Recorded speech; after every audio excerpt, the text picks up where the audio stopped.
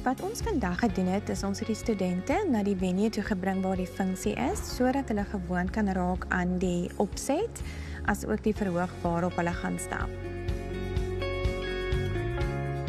Die studente is nie gewoond aan hierdie venue nie, so dit is hoekom ons graag wil hulle moet kom oefen, sodat hulle op hulle gemaklikste kan wees Vrydag aand. Baie mooi. Mooi.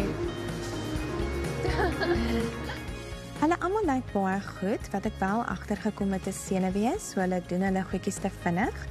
En dan het elkeen van hulle 'n manier om hulle self kalm te kry, soos lippies lek of afkyk. So ons het nou mooi gekyk wie doen wat, so dan kan ons vir hulle sê, onthou nou. Maar die oomblik wat hulle op hulle senuwees is, stap hulle hopeloos te vinnig. Alles was nou perfek. Ek wonder net, gaan dit nie vir jou makliker wees as jy begin? Eers af, en dan jy 'n langer stukkie om daai draai ding te doen. Gaan ons hom gou vinnig doen so. Ek is baie rustig, maar ek doen dit nou al vir jare, so ek is altyd baie rustig. Maar ja, daar is nog baie werk in die 2 dae. Maar vat hom soos hy kom.